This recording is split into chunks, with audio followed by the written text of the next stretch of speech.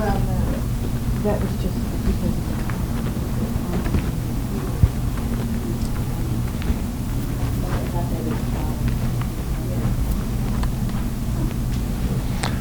Hi, my name is Ed Gatsky. I am an associate professor in chemical engineering, but I'm also associate director here at the Center for Teaching Excellence. I started up a few months ago, so this is a fairly new position for me.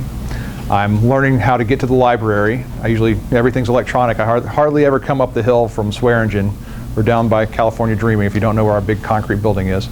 But today I'm going to talk about Google Tools. So I don't know how familiar you are with Google Tools and what the different variety of platforms and applications are. Hopefully you all have some handouts. I made some copies there. Oh, and before I forget, they always ask me to have you fill out one of the forms, the evaluation forms. I'll try and remind you at the end, but I always forget to remind you at the front end. So if you want to, you can go ahead and fill it out now or fill it out later, but we need to justify our existence to the provost. So that's one of the things that helps us do that. So, Google Tools. Uh-oh. There we go. First of all,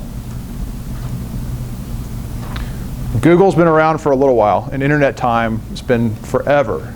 It's been around since 1998. There's a couple of guys in, I think they were grad school at Stanford.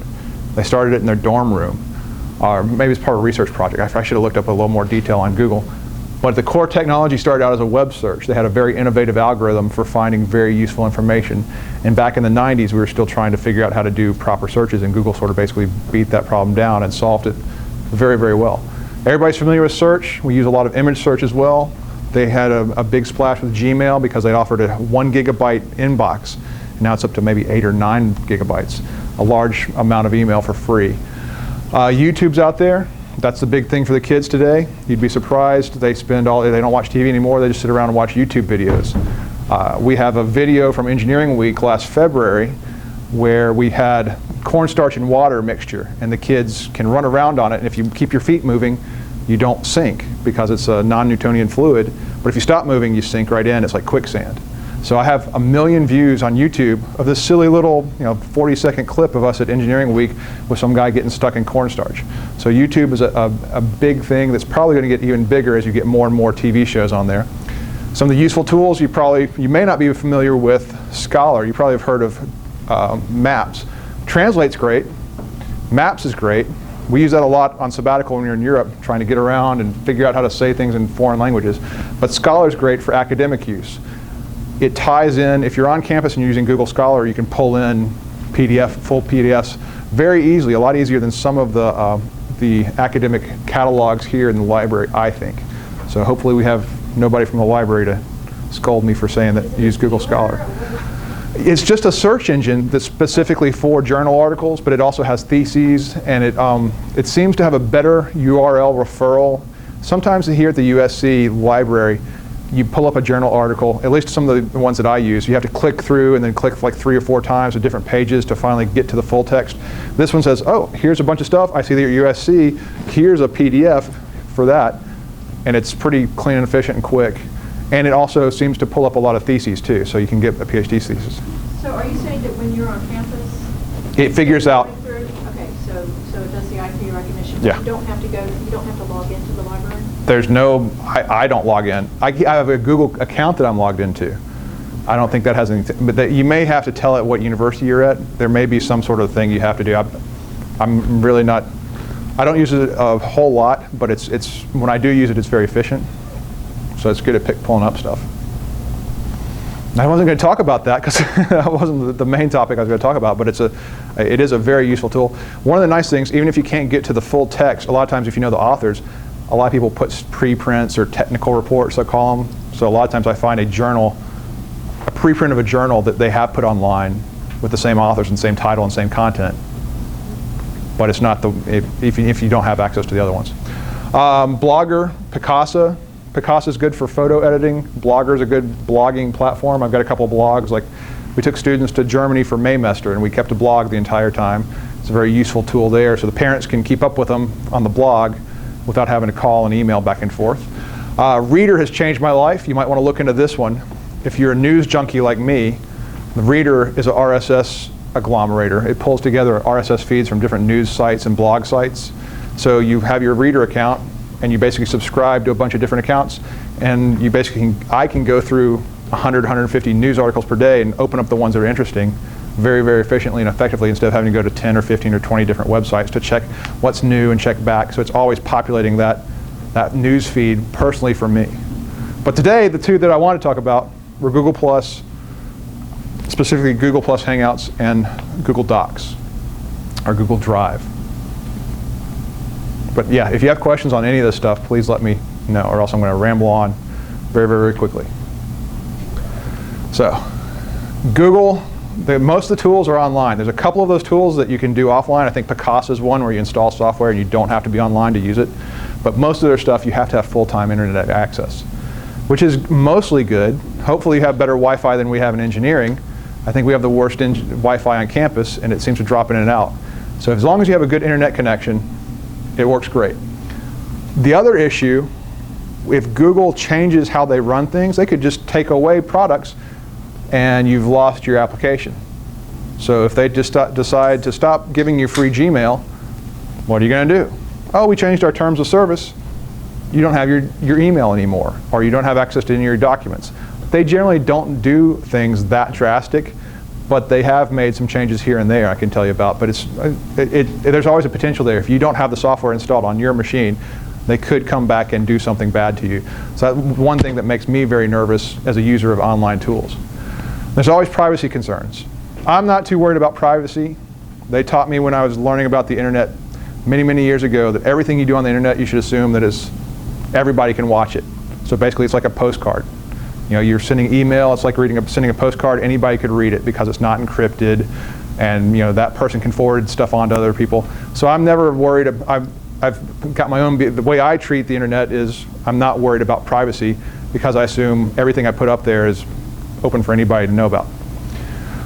Maps and images, people are getting upset with Google because of the way they handle maps. And they take pictures of your house. You can go around and see. Google Maps, you can tell that I went to work late the day they went by my house. So that was embarrassing. But it's a little bit of a privacy concern. They've tried to blur out some of the faces, I think. They have an algorithm for making sure you don't see people's faces on Google Maps. Student data is an issue. That's one thing you have to be concerned about if you're going to use Google tools in a classroom environment. So I'm not sure the details of that, but as far as FERPA, we can't certify. When I've asked about using Google tools with my computer people, they're not certified through the university. So with things like grades or SAT scores, probably should not be on Google tools because we don't have that ownership. We don't know what they're doing with it on their servers when it leaves USC. But there are many, many things you can do. You just can't run your grades through this process. You probably can run your grades through this process, but we don't want to encourage that because there could be student privacy violations. So, students need help. Now, I don't know about you guys, but I don't have a lot of help sessions officially scheduled for my class. So before an exam or quiz, I will try and give an extra help session. But I can't be here. I live way out in Blythewood. It's half an hour away, half an hour each way. I've got a family. I like to go see them occasionally. So if we can do basically interactive online help, something that I think is a very exciting tool. We're finally getting to the point where the technology is there that it's actually pretty useful. When I use Skype, Skype's wonderful, but it really, at least the versions I've played with recently, only allow 2 participants, like a voice call, it's a video call, me to you. If you pay extra, you can get multi-point where you can call multiple people, I believe. I haven't tried that because I found Google Plus tools and it works fine for free. Adobe Connect is one of the things the university is invested in. It's like net meeting if you haven't played with that before. But it's basically one person runs a meeting and everybody else is a passive spectator. It's not very interactive. You can chat, you can talk back and forth, but it's not like you can go back and forth with the level of interaction that I think is very, very useful for dealing with students. And in the good old days, we used to use email and phone and chat and those kinds of things, which is a little bit, I mean, it's adequate for some things, but for the kind of interaction you can get out of modern tools, it's not quite there. The nice thing about Google Plus Hangouts is the you can use 10 interactive sessions at once. So 10 people can be there actively video chatting away back and forth. So it's like you're in a room and you can hear each other and you can see different pictures, see what everybody's doing. When we started trying this out, my wife and I got all of our little devices and tried to figure out if it worked on everything. It worked on everything just fine. iPhone, iPad, Android phone, Macs and PCs, basically everything. It's cross-platform without any trouble, and it just worked. You basically can share your screen with participants. You don't have to just video chat back and forth. You can show them what you're working on. So I can bring up an Excel plot and show the students how I made this plot, and they can see exactly what I'm doing on my screen as I do it. There's a cool collaborative drawing tool, which I think is pretty exciting. The collaboration from Google Documents and Google Tools is amazing. So I can pull up a collaborative drawing pad and start sketching something for the students, and they can circle, I'm having trouble with this, please explain this to me. Or they can draw something and I can look at it and see exactly what they're doing. So we can work at the same time on the same drawing. But the main thing that people use Google Plus Hangouts for is sharing YouTube videos.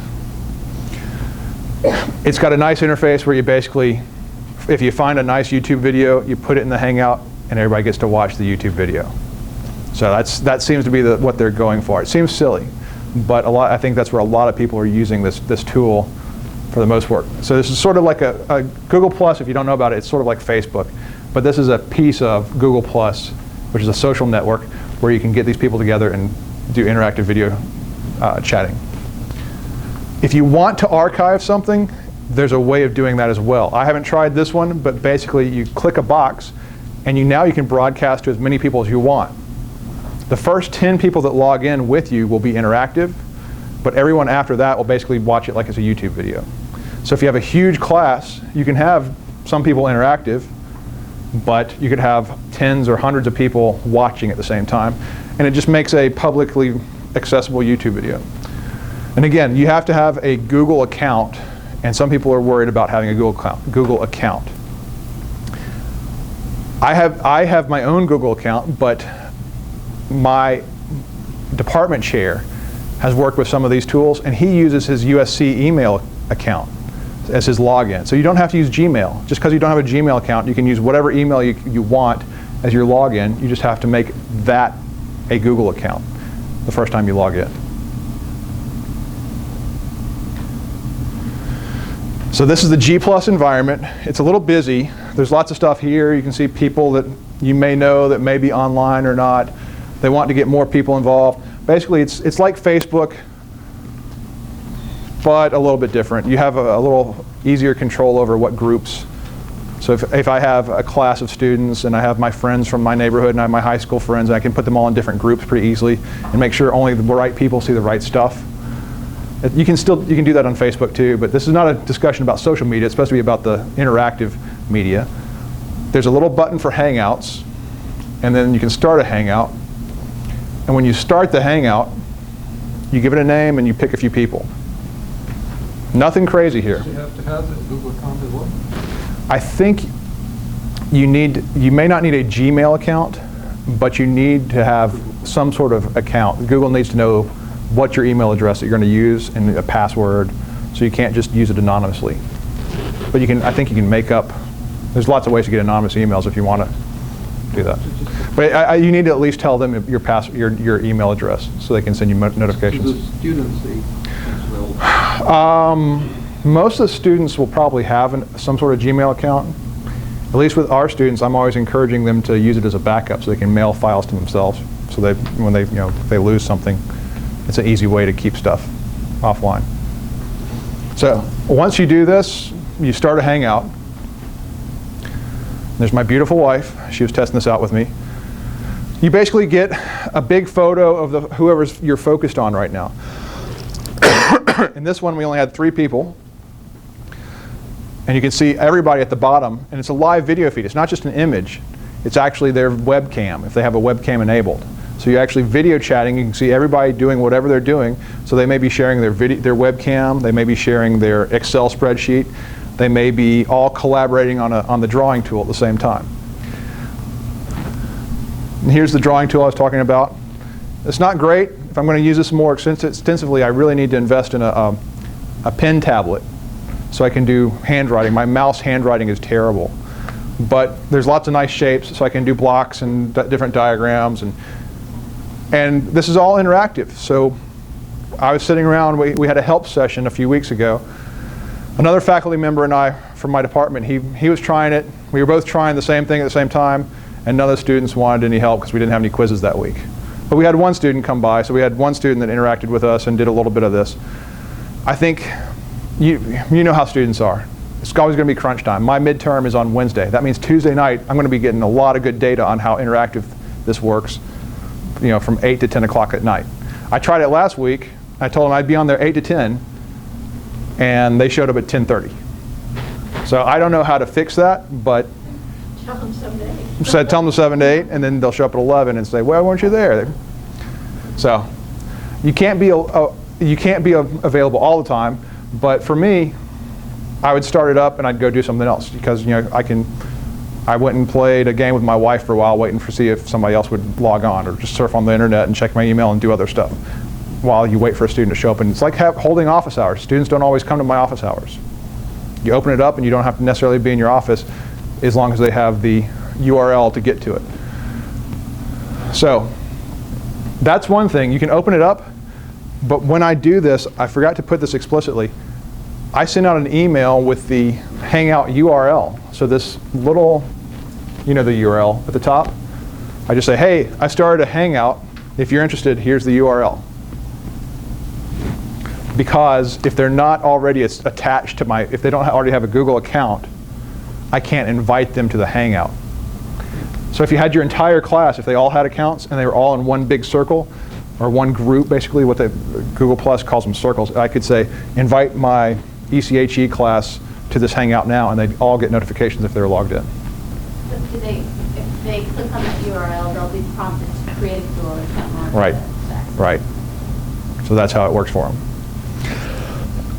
And again, I should have postponed this talk another week or two, so I'll have great data from Tuesday, I'm pretty sure, because I think my students are a little worried about this midterm. I looked into a little bit of the academic research. From years ago, they started looking at student-faculty interaction. And they looked at started to establish the different areas. Formal interaction in the classroom, informal interaction, advising, starting to talk about the things that we do as faculty and trying to quantify these metrics, helpfulness.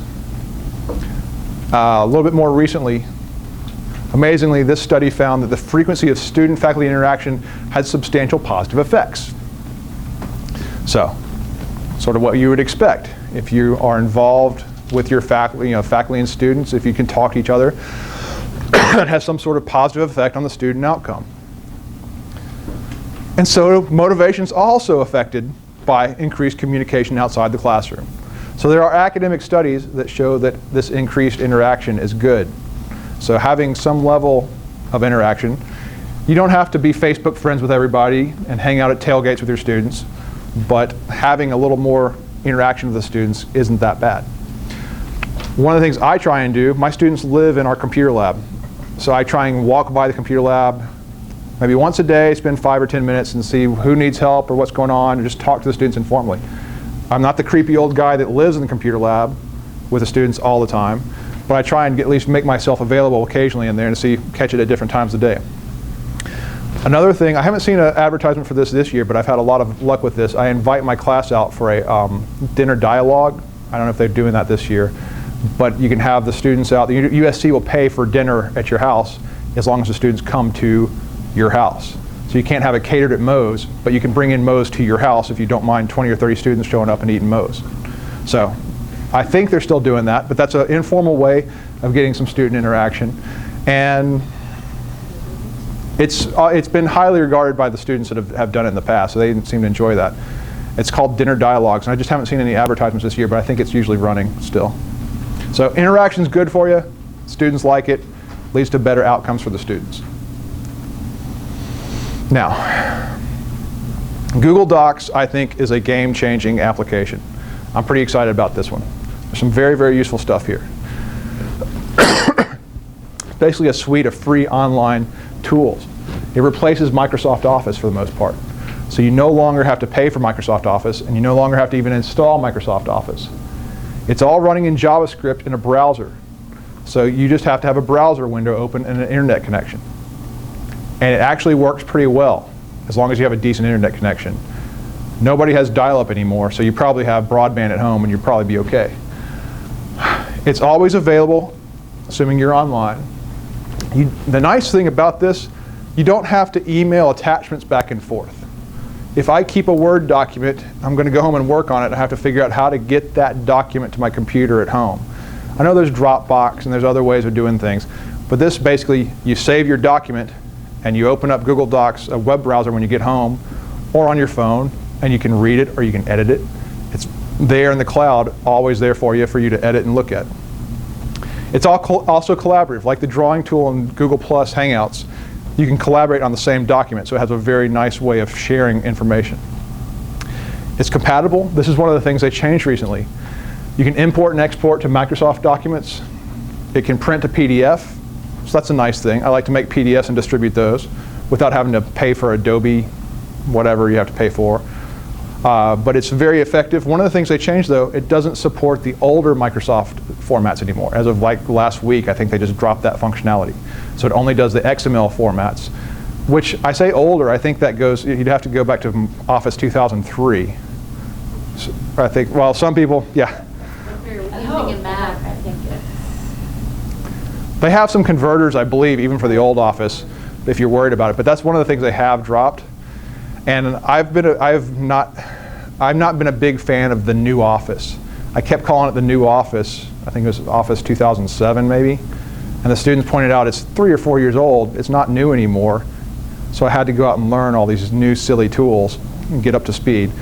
But it's not that bad after you spend 4 or 5 years figuring it out, if you haven't changed over yet. But what I really like is the multi-platform support. You can use it on your iPad. You can use it on your Android phone. Again, all these tools, it's just in JavaScript, and they all run everywhere. The editor's not great on my Android phone, but I can make edits.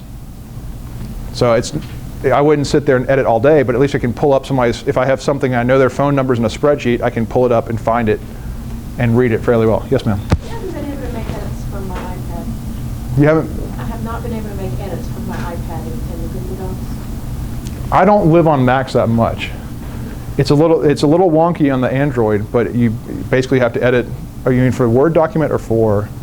Well, yeah, it would be a Word document. Or Excel, or for a spreadsheet. Google Docs, and then Trying to edit from an iPad and it won't let you do it? Yeah, it's read-only for mine. I don't know if there's something else. Have you installed, they may have a Google Docs application. Are you using that or just the web browser? It's an app. So it's the app? Yeah, it's a free app. I know there's one that I can buy. I'm surprised that they, I'll have to look into that one. I did not realize you couldn't edit that. Like I said, I don't use an iPad that much. My wife's the Apple person, more so than I am. But it does, at least you can view them, which is something. Yeah. I'm surprised you can't edit them. Bad thing is if you lose your internet connection again, you're out of luck. Like we were saying, it's a little bit cumbersome. Sometimes the interface is not perfect. One thing that bothers me, you can't track changes. I don't like track changes on Word, but I understand that it needs to be there so you can see who's done what and who's reverted. Especially if you have 10 different people editing a file, it'd be nice to see who did what. I think it'd be a big mess to try and sort out who did what. But they have the data there. I'm surprised they don't have some sort of functionality so you can do revision control like they do in Wikipedia. And again, data privacy. They've got your data, so you don't know what they're doing with your data. And that's one of the concerns about Google, since they do user-targeted advertising. So they read your email, and they see what you like, and then they stick advertisements in front of you. So maybe they read your documents, and they stick advertisements in front. I have no problem with that. Sometimes they advertise stuff I really, that's a great fit for me. I was looking for a new camera lens, and I'm glad you put that in front of me, and maybe I'll buy it from you. So for me, it works out fine. I don't mind giving up a little privacy, but some people are really worried about that. I have used Google Docs for a different application.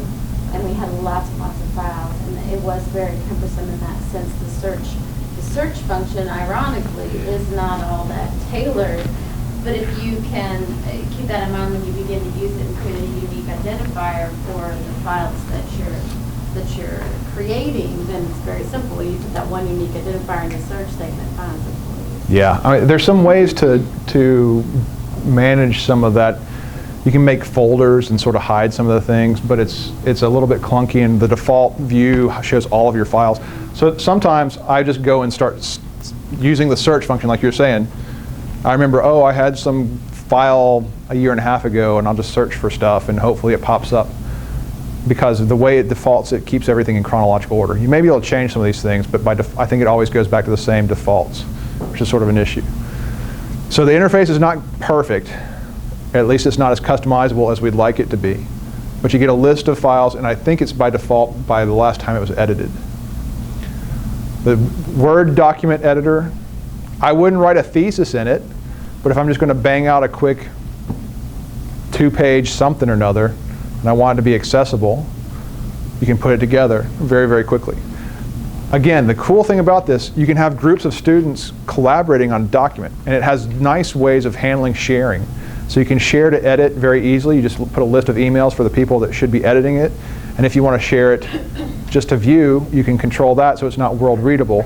You have to log in with the right email just to view it. So you can control access to these things if you want to worry about that. Most of the stuff I do, it's world readable for anybody to look at it, but I control access to who can edit the documents. That's how I usually run most of my documents. In your class, what would be this document? I haven't had to use this document in my class. It's been a while since I've taught our junior lab. It's been a year or two, and I think that's the best. My class, there's not a good application for this document for a collaborative kind of form or collaborative kind of work. A lot of things we do are calculations, so I could see group projects where you require them to use a spreadsheet and do things with Google Docs, where I can then basically see, oh, you did it with Google Docs, and I can see all of your calculations and make sure you did it that way. So you can have the group collaborating. The spreadsheet, again, it's really nice that it's collaborative. There are some spreadsheets where you have hundreds of people working on something. I've seen this happening. They give read access where anybody can look at the spreadsheet, but basically you can actually have spreadsheets that anybody can edit. So if you're collecting information, they were doing it for collecting data for different types of phones, like the screen resolution, what kind of processor. So there's hundreds of different Android phones, and they were trying to have all these different people collect data and put it into one spreadsheet. And they used it for that. So I've seen people do that. And you can just watch things change. Like it'll highlight one block and it'll change numbers there. So you can have different people doing the same edits on the same document at the same time, because Google's handling all that. Traditionally, you have one person holding the ball that has the document, and only one person can open it. Even if you have a shared Dropbox file or a network share, only one person can edit the file at a time. So you're always going back and forth with people on who's editing now and who's got the current version. And that's that attachment issue we were talking about, where you're always emailing files around. Okay, you've got the proposal now, you finish it up, and then you give it back to me. So we're always just moving stuff around. And I think at least the documents on some of these things could be much, much easier. From an administrative point of view, I'm not sure how to use it in the student point of view other than the spreadsheets. We've used it for some student groups very effectively. I run the Toastmasters Club down in Swearingen, which is open to anybody, not just engineering students, anybody on USC, anybody from Columbia. And we keep the agenda on there. So we have the member list, who's coming up to talk. We have that agenda, it's world readable. The officers can edit and make changes in the file. But then we have an agenda page. I just make a PDF and print it out for the next meeting, and it automatically populates from that spreadsheet on who, there's a row in the spreadsheet that has who's talking this week, who's doing these different things. We run a graduate recruiting weekend. We bring in 20 potential graduate students. We've got 20 to 25 faculty. I have to figure out how to schedule this and make agendas for all these 40 different people. It's a nightmare. I've got a big, gigantic spreadsheet that does all of that for me for the most part. You can do macros. You can, I basically set up a macro like you do in Excel, like Visual Basic.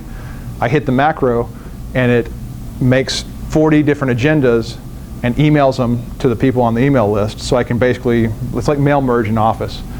I can distribute my PDFs for all my agenda items to all the faculty and all the potential graduate students in one easy little, it takes me 20 seconds to do that.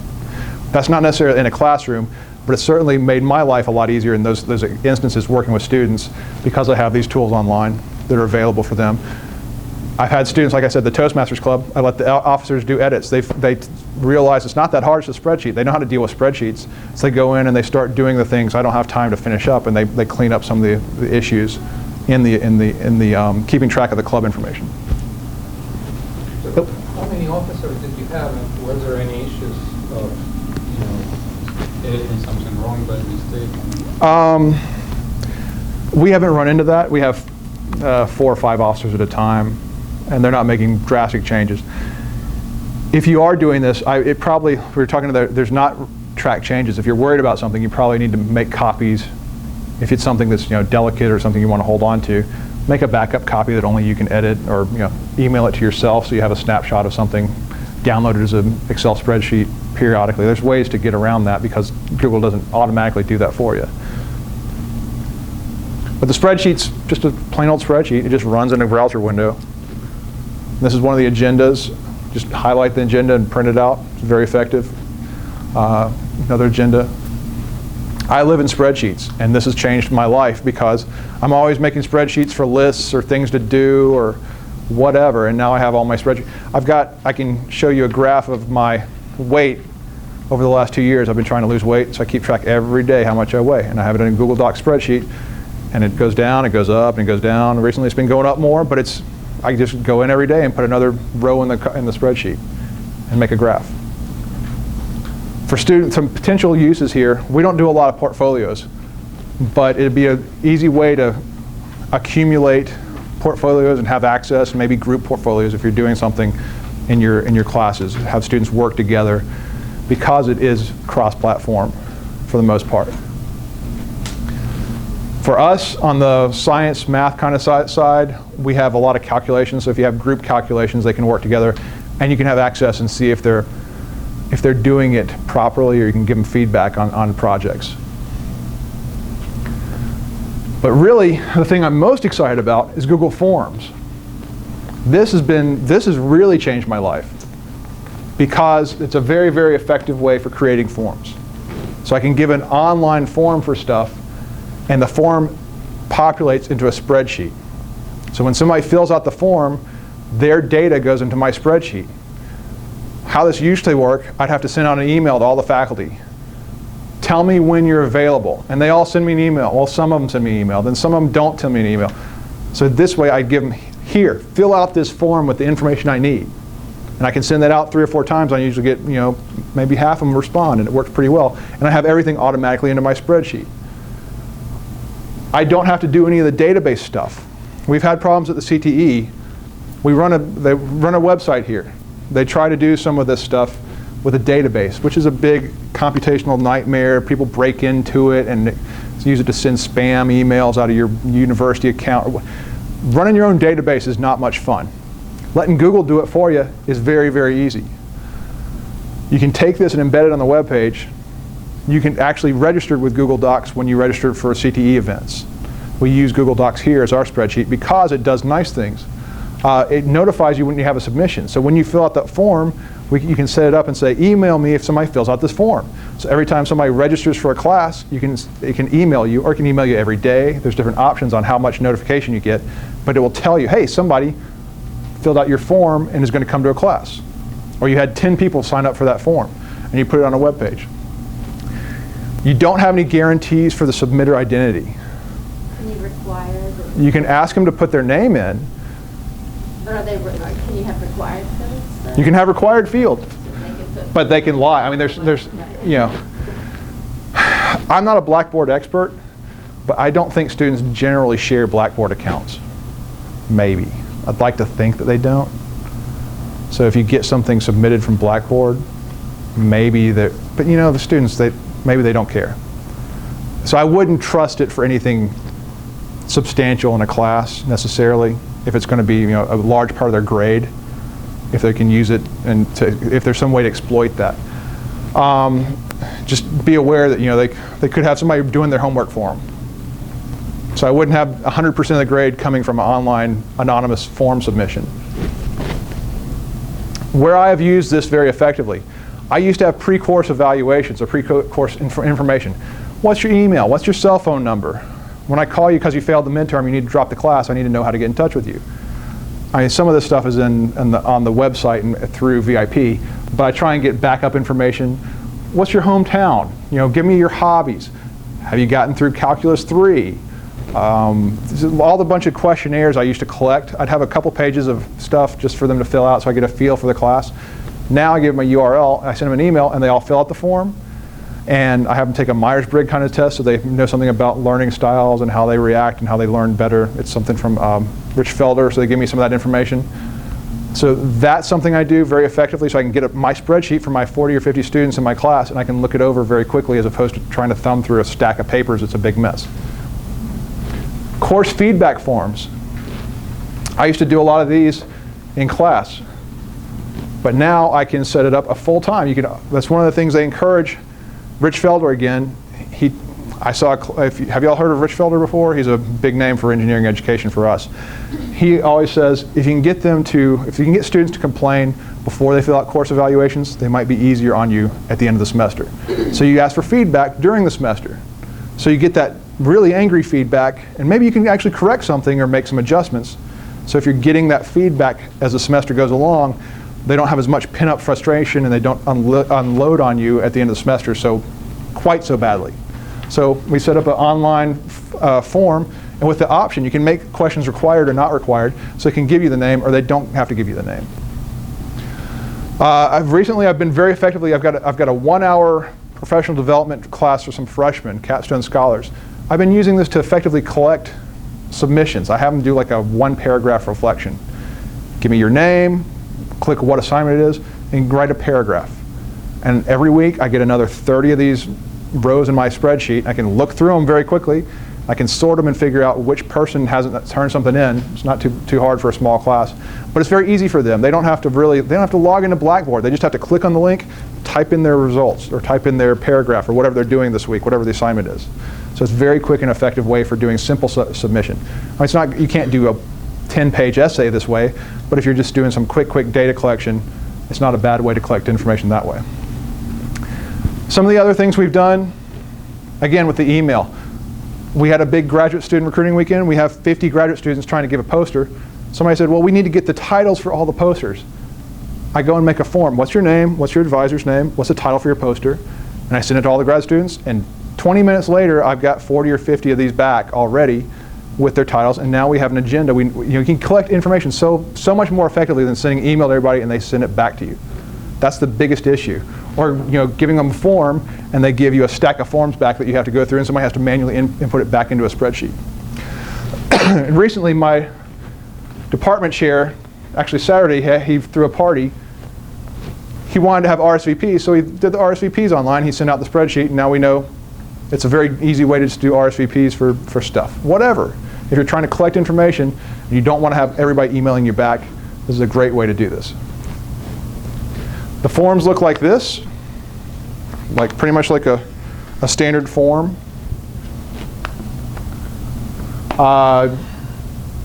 This is a text-based form where you can fill in things like your name, what's your primary email address, what's your secondary. This is one of the student collection forms. So when you fill this out, you can have lots and lots of questions for the students. There's paragraphed text boxes, short text boxes. This is one of the ones where the students, they put in their name, they tell me what they are submitting, and then they write a quick paragraph. And this was a self-evaluation with what their academic goals are. So that's what it looks like when it comes into the spreadsheet. Right. So they would see something like this, like a form. Are they giving us a request for class, or giving feedback on a class, or what assignment they're doing? They pick one of those topics, and they fill it out, and maybe they give us a name or an email. And when it actually comes to me, this is what they see when they go to the web page.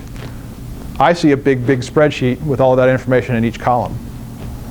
So it populates when time did they do it. You get a nice timestamp, so you know when they're submitting applications. You get their names. There's none of this stuff. I've always had trouble with Blackboard. It's clunky. It's hard to get in and out of stuff. Maybe it's gotten better since the last time I tried it. But some of these issues with submission, I've had trouble. You have to log in, you have to import, export stuff, and there's always some sort of hang up, and it seems to just gives me a lot of headaches. This is very clean. I can throw a form together in 5 minutes, and I can get stuff flowing back to me very, very quickly. Can you submit files, or? It does not allow you to submit files. You have basic questions like you'd see in a web form. So you have these paragraph text, a text box, a small text box, check boxes, multiple choice, pick one out of a list or pick one off of multiple choice. There's a scale and grid option, so you can say 1 to 5 or poor, good, very good, so they can do feedback on different things. And like I said, the notification of submission. So you can't submit a file that way. So it's not perfect for that. And I think that's where you have to go to Blackboard so you get a timestamp when the file is submitted. Doesn't Google Docs tell you though when a file is created, if they create a file and add you to it and share it with you, then that might be a way, yeah. If they put it on, you could basically, if they had it in Google Docs, maybe they, I'm not sure, they might be able to upload it to the Google Drive. I'm not sure about that. I'd have to check into it. I know that it if you have a doc, created, and if they share you on that file in Google Docs, then you should be able to see that. you can upload a file to your own Google Docs page. So you can upload a Word doc, and then you could share it with somebody, and then they would know when it was there. But it's for that kind of thing, it may still be better to use Blackboard, because I think that has a better interface for uploading files, maybe. When you have collected all that into your spreadsheet, how easy is it to sort it by names or something? It's easy to, All submissions from a certain it's got, the Spreadsheet tool has some, basically you can click on the columns and it has, sort the whole spreadsheet A to Z, so or Z to A. So there's different ways to do that kind of analysis. There's other tools, there's data filtering and searching in there too, so you can do some other things if you want to. Once you get it into the spreadsheet form like this, I don't think it lets you edit that spreadsheet, but you can copy it into another tab and do whatever you want to with it. So you can't mess around with it in that tab, but you just, you make a new tab and put all your data in, and then you can do whatever you want to. So you can't mess with the original form data. At least the versions I've tried. One last hint, if you are going to play around with these, or just in general if you're sending out URLs to people, figure out how to shorten URLs. I have faculty members, I can't get them to understand this. When you send a link, they'll send me a link, and then your email client cuts it off in 5 different places, and you don't know if you've lost a ampersand or a plus, and you don't know if you can. You need to shorten the URL. There are lots of services that do this. goo.gl or bit.ly. I like tinyurl.com because you can pick what your last bits are as long as nobody else has used that bit. So, like I got tinyurl.com ECHE550 feedback. So I can pick what little chunk goes on the back end, and it's still better than whatever that thing is, because they're never going to type that in. They might actually be able to type this one in, and you can pick what you want. These other ones, goo.gl or bit.ly, I think you cannot adjust that back end. So you're stuck with it looks like 4 or 5 letters, crazy letters, but it's a lot shorter, and it'll go in email a lot easier. And if you're a Twitter user, this is what people use all the time on Twitter. But if you're not aware of this, this is important. If you don't get anything else from today, shorten your URLs. So today, what do we do? Google Plus for Hangouts.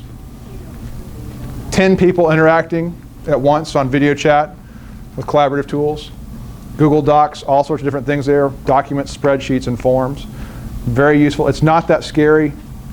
You can get online and play around with it and start making stuff and just trying it out and see if it works for you. Yes, ma'am. I came in on the Google Plus and the whiteboard. How do you get to the whiteboard? There's actually, I think the whiteboard application, you have to do a little add-in, plug-in kind of thing. Okay. So once you log in and you start a Hangout, you can say, oh, I want to have access. They have a couple add-ins you can add in. You can add in your Google Docs, so you can have everybody, if everybody adds in Google Docs application, they can see and collaborate on the spreadsheet in the Hangout at the same time. Or they can, that browser, that drawing program is just another application. If everybody adds it in, they can sit around and draw together. There's a PowerPoint and a drawing application in the Google Docs too, so I'm not sure if how that's different from the other drawing application. The one I showed was not specifically the Google Docs version. It's a Hangout. Into some issues with the PowerPoint, the presentation one, and the drawing I wasn't real happy with. I uploaded from PowerPoint and couldn't It's not, into yeah. But spreadsheets I haven't had too much trouble with, as long as it's not something crazy for compatibility issues. But these days I'm not importing that much. I'm usually creating stuff in Google Docs, and that way I don't have to worry about importing and formatting that much. I was able to edit on my iPad. Okay.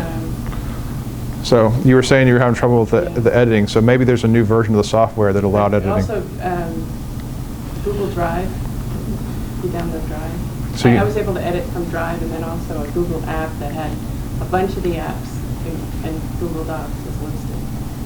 So I can edit the doc, but the word processing, but I couldn't do this at the presentation. okay. It would only show the presentation. It wouldn't allow me to edit it. I think they're sort of in flux, and they've changed the names. I don't think they're going by Google Docs as much as Google Drive anymore. Right. So it used to be Google Gears before that, if you remember that one. Just to clarify, because I've used Illuminate to do webinars before, and I'm seeing some of the functionality of this in a kind of a mini webinar style. When you say that you can archive it to YouTube for later viewing, there's actually a feature to record the entire video, the whole thing, the whiteboard, anything that's the main focus? That's what I believe is happening on live stream. I have not tried that one out, but that's the one I put that in because that's the way. If you get more than 10 people, you have to do the live stream so they can just watch it. The ones beyond 10 are just going to be passive viewers of the stream. And I think it automatically puts it into YouTube and gives you a URL afterwards. You want to watch the things. That's really cool. To think of if you have a session with students and then those 10:30 p.m. students. Yeah, they can see what you said at the help session. Yeah. I can help you right now, but you can go check this. That's exactly what I was thinking. You could, if you did a help session, you could keep it there. I haven't tried that, but I think that's what they do. How many students did you have on this on video? On the video, I've only had a couple of people on there at once, but I check back Wednesday, and I'm guessing I'll probably have a good handful. But then again, most of my students, they work in groups, so even I may have a group of 4 or 5 on one computer bugging me with questions. Wondering, you know. I have not had a lot of success with getting the students to do the Hangouts yet. I mean, Google Plus is struggling. It's not doing very well, and they're trying to compete with Facebook. So I don't think students are adopting it very much. But the technology is, I haven't tried some of the other, but the technology for being more interactive, I think, is much stronger than some of the net meeting and other. If you're on and someone logs in, can he, like, let's say, turn on your computer, you're doing your stuff, and someone logged in, how will you know? It gives you a notification when somebody either invites you or if they come into your chat, or into your. Is it a sound? So it's a sound usually, ding ding or something. So it gives you some sort of a notification. But it's, And I think a window pops up. Any other questions? Well, I want to thank you guys for coming, being very attentive and very interactive. I appreciate all the great questions. Please, again, take time to fill out the evaluation form for us so we can have some indication that you were here. I hope this was useful for you. If you have any other questions, you know, a lot of this stuff, you have to go out and try it and see if it works for you. That's the best thing I can say. See if you can get the YouTube to store. I'm not sure if it stores it. I think it does. Yeah. The way I read it, that was my plan too. You give one help session, then everybody else can watch it. Thank you all for coming. And we've got drinks and fruit if y'all want to grab something else.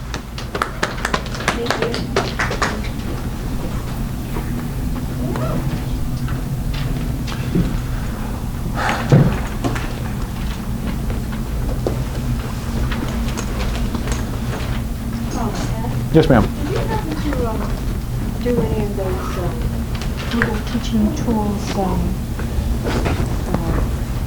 webinars that Google offered this summer. I didn't see those. Yeah, they were like late July, and I was on the road, so I didn't do them. Just curious. I didn't even know about them. I thought I was pretty well connected, so I totally missed on that one. Do you remember what the topics were? Do you think they're still archived somewhere? I don't know. I think you had to be registered to get access to them. I registered, but I didn't have time to show up because I was on vacation. So I will go back and look. And, I'll Google for it and see what they had, yeah, if there's something useful. Yeah, forward something to. I haven't even had time to look back at they call it a MOOC.